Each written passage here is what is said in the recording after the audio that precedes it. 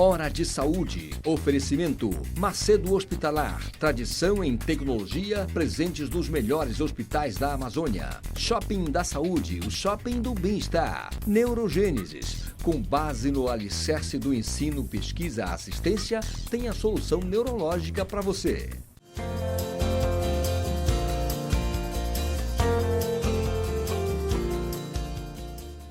Caros amigos, Hora de Saúde, o programa dominical de saúde.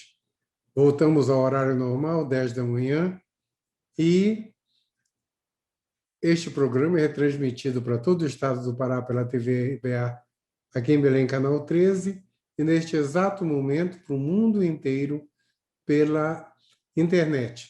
O link é tvrba.com.br ao vivo.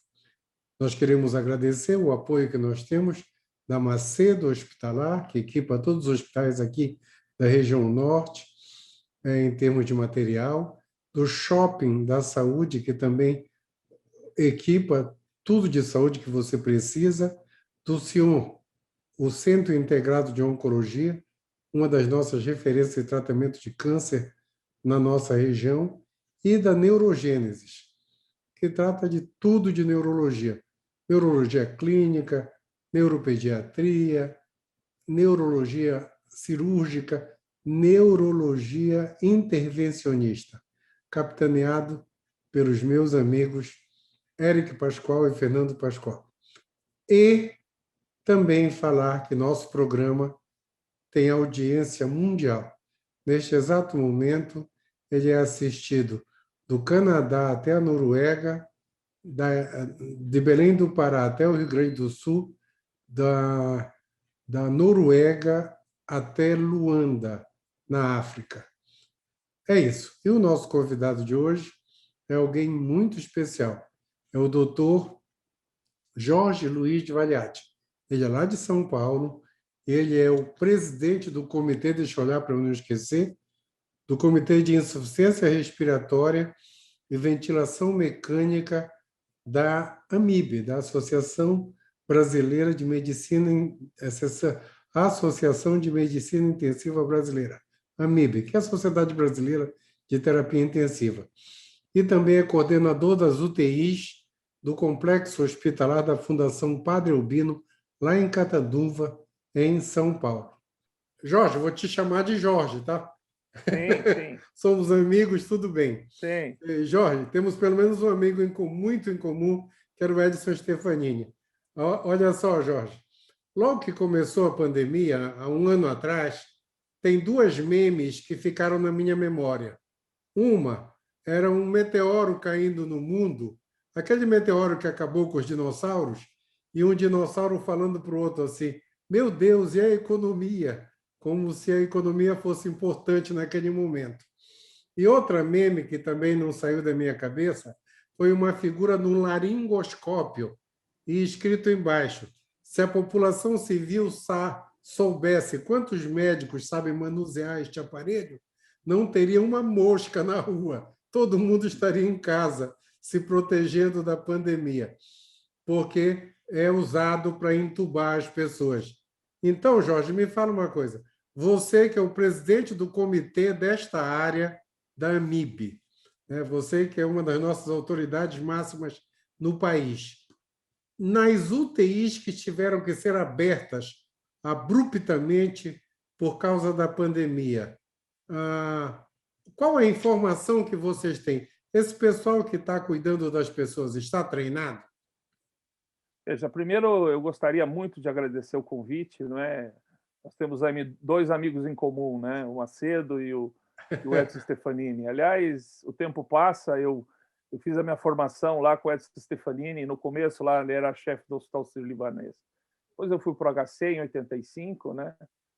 E essa é uma pergunta bem interessante, eu agradeço a oportunidade aqui de representar a minha própria sociedade, de te colocar, dar uma ideia para as pessoas como é que isso acontece.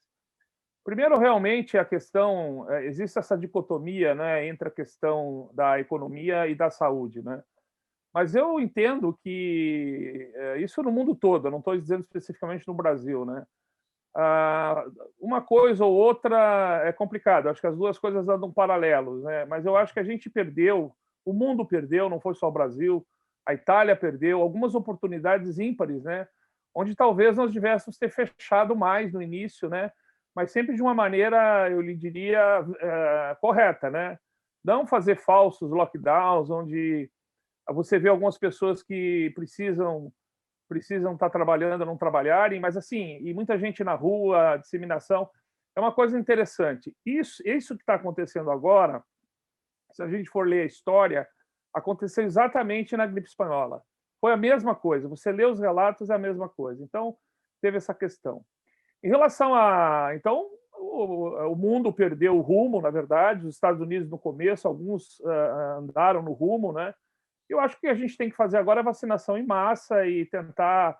Nós vamos ter aberturas e fechamentos da economia, isso vai ter que acontecer, não vai ter jeito. Essa questão é uma questão difícil de ser resolvida, mas eu acho que merece a integração do país todo, né? Eu acho que está na hora de governantes nas várias esferas, eu não quero falar especialmente de nenhum governo federal, estadual, municipal, mas todo mundo tem aí a sua cota de responsabilidade. Em relação a essa tua pergunta, é interessante, porque eu presido esse comitê, né? É um comitê de ventilação mecânica, eu tenho outros 5 professores que estão comigo, brasileiros, e uma das funções do comitê, desse comitê e de outros comitês, é fornecer, né, a médicos não especialistas, né, o suporte necessário. Então, só gostaria de lembrar que em nenhum lugar do mundo, né, uma terapia intensiva, eu estou falando do ponto de vista médico, né? Na verdade, o primeiro conceito que a gente precisa ter para abrir a cabeça, né? Não existe terapia intensiva feita de médicos, existe terapia intensiva feita de profissionais de saúde. Então, desde a senhora que prepara lá o jantar para a gente, até a pessoa que trabalha na limpeza, passando por todos os profissionais de saúde, né? Quando nós começamos, e provavelmente quando tu começou medicina, né? O que acontece? Lá era o médico e o enfermeiro com o paciente na terapia intensiva. Hoje não, hoje é um batalhão de pessoas. Nós temos enfermeiros, técnicos, psicoterapeutas, terapeutas respiratórios. Então, é uma multidão de pessoas. Nenhum país estaria preparado, e nunca teve isso no Brasil, que todas as pessoas que trabalham dentro do UTI precisam ser especialistas. Isso não é verdade. Não existe esse conceito nem lá fora. Você teria que ter milhares de pessoas. Imagina aí uma equipe que roda constantemente, milhares de pessoas. Mas existe uma exigência que o coordenador da unidade seja titulado, né? E que o médico chamado diarista seja titulado. Então, na pandemia, isso acontece em todas as pandemias, não é só no Brasil. Profissionais de outras áreas, né, como a sua, por exemplo, a cardiologia, foram regimentados. Profissionais da anestesiologia, profissionais da cirurgia. Então, hoje nós temos um mixer de pessoas que não era a área específica deles, né, mas essa questão de destreza com a questão da via aérea, isso pode ser treinado, né? E as pandemias são assim mesmo. Mas não tem UTI para todo mundo. Não teria em lugar nenhum do mundo. Não tem em lugar nenhum do mundo, né? Então, é importante a gente ler agora. Qual é a função nossa como sociedade? Fazer treinamentos. A MIB tem feito muitos treinamentos, inclusive gratuitos, né? A gente entra no site lá da MIB, se tiver a oportunidade de ver. Nós fizemos vários programas para o próprio governo federal, para o governo do estado. Todos nós estamos participando de lives, né? Sem nenhum intuito financeiro, né? Levando para vários lugares do país, né? Dias desse mesmo, fui convidado lá para o pessoal do Maranhão, fiz lá 3 dias de palestras, lá comentando toda essa questão. Então, esse é um momento de que a gente, como médico, nós temos uma função primordial, que é tentar minimizar esse sofrimento, né? E aí as pessoas vão andando ao longo do tempo e as coisas vão se estabelecendo, né? Mas é importante dizer isso, nenhum estaria preparado. Então, é claro que é uma figura, esse meme que tu colocas é uma coisa talvez um pouco exagerada, mas, claro, se eu tiver, por exemplo, um dermatologista, seria uma coisa completamente inusitada, né? Uhum. Mas nós temos lugares, inclusive, que os dermatologistas estão ajudando e foram treinados, né? Porque o que a gente imagina, eu acho que, Eduardo, que você também imagina, é que o médico tem que sair formado com o básico, pelo menos, né? Então, ele tendo a formação básica, e ele tendo gente atrás e fazendo os pilares, a gente consegue dar uma assistência à população. Mas é óbvio que é uma situação completamente diferente de uma situação de normalidade. Quando eu dava plantão nas terapias intensivas, o ventilador era o Bird. Hoje faz parte da história, igual televisão preto e branco, faz parte da história. E eu não manuseio mais, nem dou plantão, mas houve uma evolução, eu queria que tu comentasses isso, em termos de ventilação mecânica, houve um salto absurdo em termos de tecnologia, tá? Como tu és o primeiro convidado que é específico do assunto, eu queria que tu me fizesse um comentário assim. Hoje você está entubado, ligado a um ventilador, tu tem a estrutura toda para salvar, teoricamente. Sim. Essa questão do BIRD é interessante, né? Só te contar uma pequena história aqui. Eu visitei esses dias os porões da minha instituição, né? A Fundação Padre Albino, aqui em Catanduva, 2 hospitais. E eu resolvi ir até as profundezas dos porões, né? Eu encontrei lá alguns BIRDs Mark 7, Mark 8, que eu chamei de corpos que estavam deitados, né? E eu já resolvi recuperar esses equipamentos. Não recuperar para botar em ação, né? Mas para recuperar e fazer um sonho meu, que é um sonho de um museu, né? Dessa área. Então, nós estamos falando de museu. O BIRD Mark 7, o BIRD foi desenvolvido em 51. Veja, na Primeira Guerra, antes da Primeira Guerra Mundial, na verdade, eram os ventiladores com pressão negativa, as couraças, né? Que era para poliomielite. Depois veio a guerra, a ventilação com pressão positiva, né? Jogando ar sobre pressão no pulmão para as pessoas entenderem, que é totalmente contrário ao que a gente faz, nós respiramos com pressão negativa, começa o desenvolvimento, né? E esse cidadão, no caso do BIRD, chamado Max BIRD, né? O BIRD é por causa do Max, né? Ele começa em 51 e aí veio o segundo surto de pólio, que aconteceu final dos anos 50. E aí começa a evolução dos ventiladores. Então, um ventilador simples como o BIRD, as pessoas me perguntam hoje, Eduardo, eu, por exemplo, quando eu trabalhei no HC, fiz minha formação lá em 85, nós só tínhamos BIRD Mark 7. Nós tínhamos outros ventiladores, toda a gente ia no INCOR, né, pedir lá ajuda lá para o professor Fulvio Pilege, né, que era o coordenador lá. Sim. Então, houve uma evolução. Esses ventiladores de primeira geração eram chamados pressométricos. Então, qualquer alteração ali, ele parava de funcionar. Ele não parava de funcionar porque os BIRDs, vamos lá, os BIRDs eram Fuscas, né? Mas muito mais simplificados. Depois tem a segunda geração de ventiladores, são já os ventiladores a volume, eletrônicos. Aí nós vamos para a terceira fase de ventiladores artificiais, que realmente nos trazem informações muito grandes de tudo que está acontecendo entre a máquina e o homem. Qual que é o maior desafio, né? O maior desafio, o Brasil ficou um tempo meio parado, né? O Brasil desenvolveu equipamentos, mas hoje o mundo, a importação de equipamentos, tudo isso. Então, existe hoje, né, muitos equipamentos, né, com muita qualidade, claro que tem também sem qualidade, mas isso tudo é regulamentado. Quando houve a pandemia, o que a gente precisou fazer? Mesmo com a sociedade médica, até assessorando o Ministério, foi baixar um pouquinho o sarrafo desses ventiladores, tá? Porque você teria ventiladores da segunda geração que poderiam ser utilizados. Nada impediria, né? Não voltar ao BIRD. Então, foram recuperados, inclusive, vários equipamentos que são de 20 anos atrás. Mas hoje são microprocessados, né? Então, agora, eles te dão uma série de informações que você não tinha. Você lembra, você viu o barulho dele, né? Quando ele parava, você viu o barulho. Não tinha alarme, não tinha segurança. Então, qual que é o desafio nosso hoje, aí na minha área como intensivista e apaixonado por essa área de ventilação mecânica? É a gente fazer com que as pessoas que estão trabalhando na linha de frente, no Covid, consigam manusear esses equipamentos com presteza. Porque aí a gente consegue evitar uma coisa muito importante, Eduardo. Na sua época, eu tenho 38 anos de formado. Eu tenho 42. Na nossa época, o que acontece? Nós ventilávamos os pulmões, o negócio era insuflar, só para o pessoal entender, a gente tinha que jogar ar para dentro dos pulmões, né? Então não interessavam as pressões ali, né?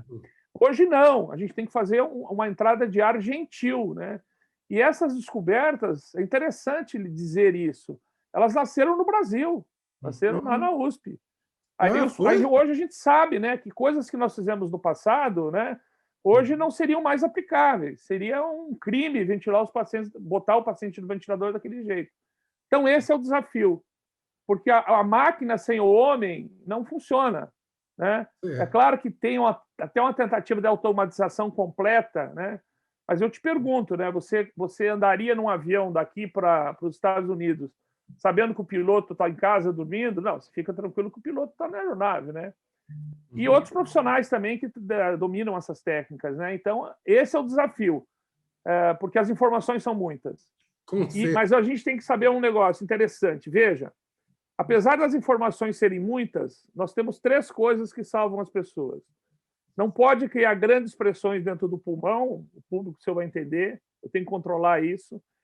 Eu tenho que usar uma quantidade menor de oxigênio possível para ventilar, para botar o ar dentro dos pulmões do paciente, e tenho que evitar que esse volume não seja tão alto. Se eu conseguir fazer isso, e a gente consegue fazer isso para a maioria dos médicos, eu estou salvando vidas com certeza. E a gente talvez tenha que tirar esse conceito de, à medida que o paciente vai para o ventilador, a situação já está resolvida, ele vai acabar evoluindo mal. Não é verdade. Você tanto retardar, né? Por isso que eu nunca gostei do termo precoce, né? Você tem um momento exato, né? Quando tu indicas um exame em cardiologia, você indica naquele momento, né? Correto. Então não pode retardar também a intubação e a colocação no ventilador. Mas tem uma série de outros dispositivos que a gente pode conversar aí, né? Já. Como o nosso primeiro tempo acabou, a gente vai dar um intervalinho e já voltamos já. Só um segundinho, pessoal, que nós já voltamos.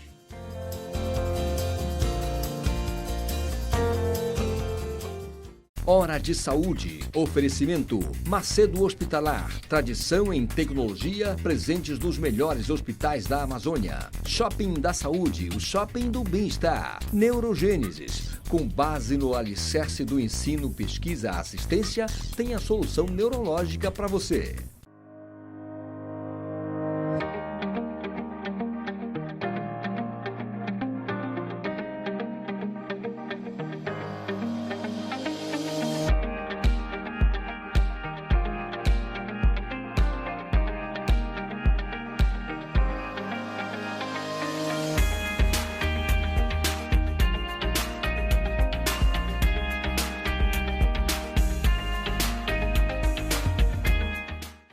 A Neurogênesis atua no mercado de saúde com produtos e serviços que se moldam às diversas tendências da transformação digital. Tem como foco estratégias de atuação na Neurosaúde 4.0. O objetivo é revolucionar o atendimento médico e multiprofissional no contexto da neurociência, com entrega personalizada do diagnóstico à reabilitação neurológica. Neurogênesis, educação, pesquisa e assistência. Fones 984-510900, 3085-1600. Rua Municipalidade 985, 19º andar. Hora de Saúde. Oferecimento Macedo Hospitalar. Tradição em tecnologia, presentes nos melhores hospitais da Amazônia. Shopping da Saúde, o shopping do bem-estar. Neurogênesis. Com base no alicerce do ensino, pesquisa, assistência, tem a solução neurológica para você.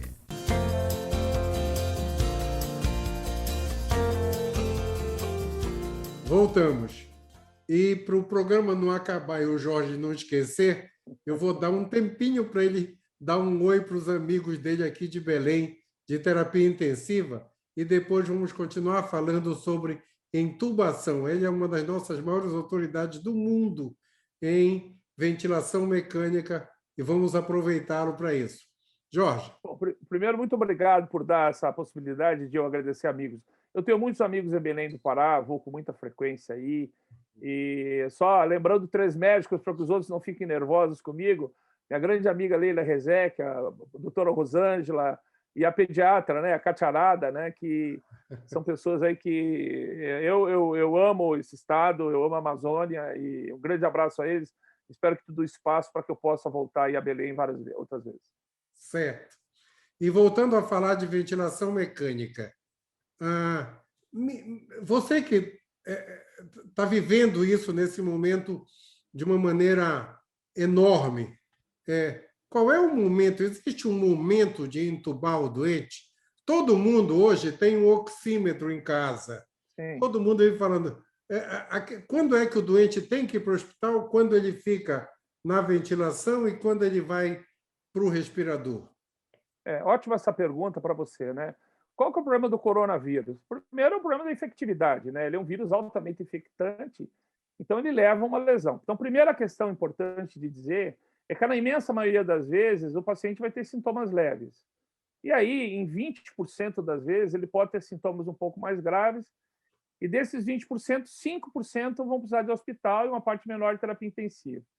Então, o grande problema do coronavírus é basicamente por volta do 7º, 8º dia, onde os pulmões ficam mais inflamados. É uma inflamação dos pulmões, para as pessoas entenderem. Então, na verdade, o que você precisa tomar muito cuidado, né? Com sinais e sintomas, aquilo que está te incomodando, né? Então, quais seriam os sinais de alerta? A sua frequência respiratória, a maneira de respirar tá muito alta, né? A oximetria de pulso que você falou é importante, né? Mas ela vai se alterar muito tardiamente. Então, na verdade, a frequência respiratória, se o cara está com dificuldade, né? A doença é tão difícil de compreender que muitos pacientes estão com aquela frequência bastante alta, respirando ofegante e não sentem absolutamente nada, né? E a oxigenação está baixa, eles não sentem nada. É o que nós chamamos de hipoxemia feliz, né? Como se isso fosse possível. Então, assim, não começou com sintomatologia, procure o hospital, vá procurar a rede, vá procurar para as pessoas colocarem. O oxímetro de pulso em casa é uma coisa interessante. Isso foi feito no Japão, por exemplo. Se todos os brasileiros pudessem ter oxímetro em casa, poderiam fazer a sequência. Uma vez tendo que procurar o hospital e ele procura basicamente por insuficiência respiratória, a gente tem uma série de medidas que são feitas lá. Primeiro, medidas para melhorar o oxigênio. Então, de repente, né, o indivíduo coloca lá um catéter de oxigênio com 2 litros por minuto e vai bem. Passou aquela fase, ele melhora e vai bem. Outros vão precisar de mais oxigênio. Aí a gente usa uma máscara que é chamada não reinalante, é colocada assim na face do doente, né? Também é não invasiva, né? Depois tem outros dispositivos, autofluxo, alguns estão no sistema, outros no sistema único, outros não estão. Depois ainda tem uma outra possibilidade, que é o uso do ventilador, mas sem invadir, sem colocar o tubo na garganta. A gente chama isso de ventilação não invasiva, né? Então, há uma série de questões que você tenta utilizar para que o paciente não precise para ventilação mecânica. Mas se ele for para ventilação mecânica, a gente tem que entender que aí é necessário. É necessário. É um doente que tem muito comprometimento pulmonar, e aí, se ele não for para o ventilador, a possibilidade da sobrevivência dele é praticamente nula. Então, é claro que a gente tem uma letalidade mais elevada, mortalidade, desculpe, mais elevada. Mas veja, esses pacientes, a maioria dos pacientes vão ter uma boa evolução. Então, o que a gente tem que fazer? É usar esse conceito de estratégia protetora, né?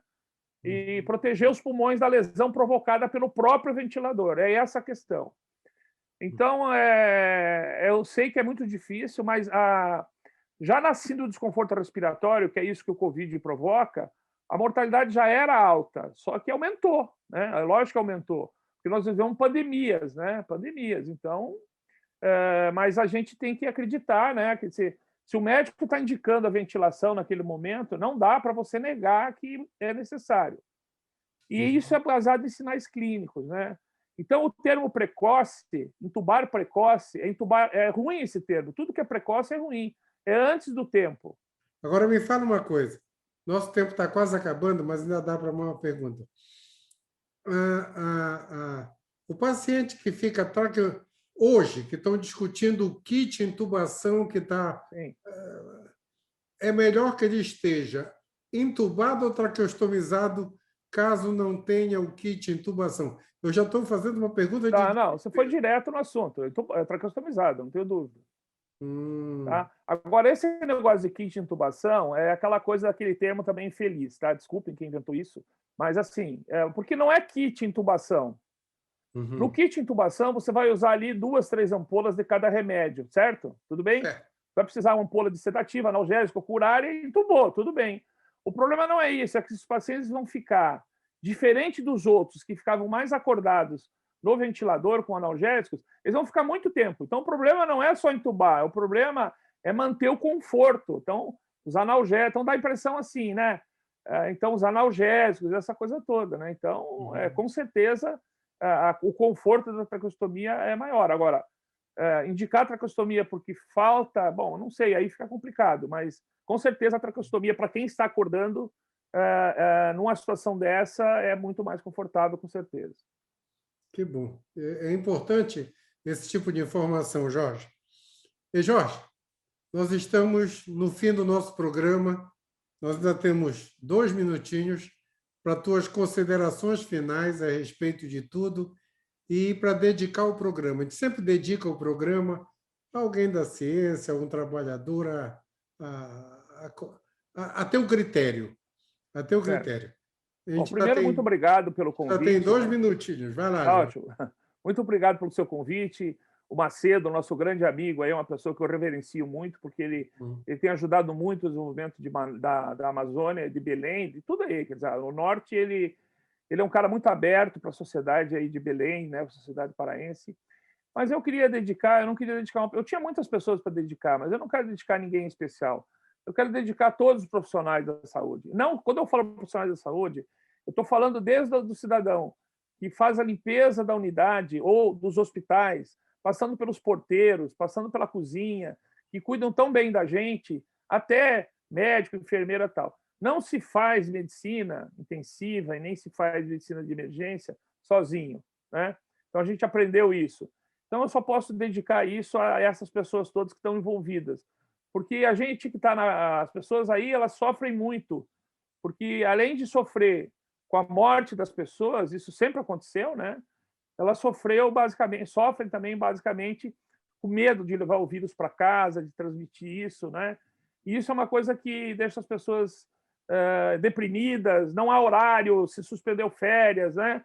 Mas o homem ele encontra, né? Eu acho que nessa força aí que a gente precisa, talvez, unir o país agora, de alguma maneira, eu não sei qual, não me perguntem, eu agradeço em nome da AMIB, tá? Da Associação de Medicina Intensiva Brasileira, essa oportunidade, né, de estar aqui falando para a população de Belém. Eu tenho outros amigos em Belém aí que com certeza vão estar assistindo esse programa, né?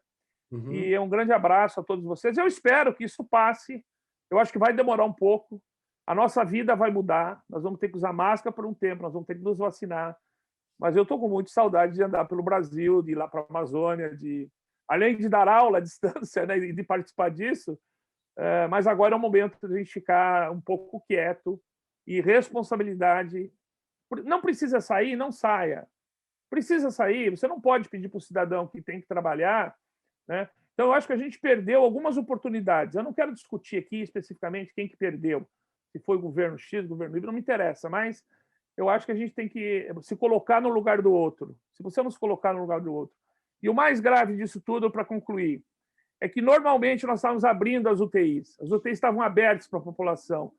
O paciente ficava junto, a família ficava junto lá na determinada situação. Quando ocorreu a pandemia, o que nós fizemos? Fomos obrigados a interromper isso.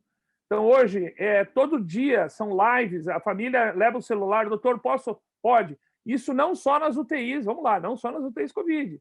A gente tem que tomar cuidado com as outras UTIs que eu conduzo, por exemplo, que o familiar pode vir de fora e contaminar o doente. Mas será que nós temos o direito de proibir visita? Eu acho que não. Mas você pode fazer toda uma orientação ali e fazer essas transmissões, né? Que isso aí ajuda as famílias. Vários pacientes, você vê, e quando ele ouve a família, quando ele sente ali, um deles esses dias estava sentado já numa prancha, né? E ele ele escreveu pela primeira vez, né? Ele disse assim: eu amo a minha família. Então é uma coisa que foi uma choradeira geral dentro da unidade, né? Desde os internos, os residentes, e é isso que nos move, né? Eu acho que o que move nós, profissionais de saúde, e moveu você a vida toda, é exatamente isso, né? Solidariedade e compaixão. É isso. Puxa, Jorge, obrigado. Obrigado é muito pouco. Infelizmente, não existe uma palavra além. Muito obrigado. Muito obrigado, Jorge. Pessoal, obrigado a você. Prazer. Então tá. O nosso tempo acabou de verdade. Então, uma semana iluminada para todos e até domingo que vem. E, por favor, se cuidem. Por favor, não é o momento de adoecer. Se cuidem mesmo. Uma semana iluminada para todos. Um abraço. Um abraço, Jorge. Obrigado. Hora de Saúde. Oferecimento Macedo Hospitalar. Tradição em tecnologia, presentes nos melhores hospitais da Amazônia. Shopping da Saúde, o shopping do bem-estar. Neurogênesis. Com base no alicerce do ensino, pesquisa, assistência, tem a solução neurológica para você.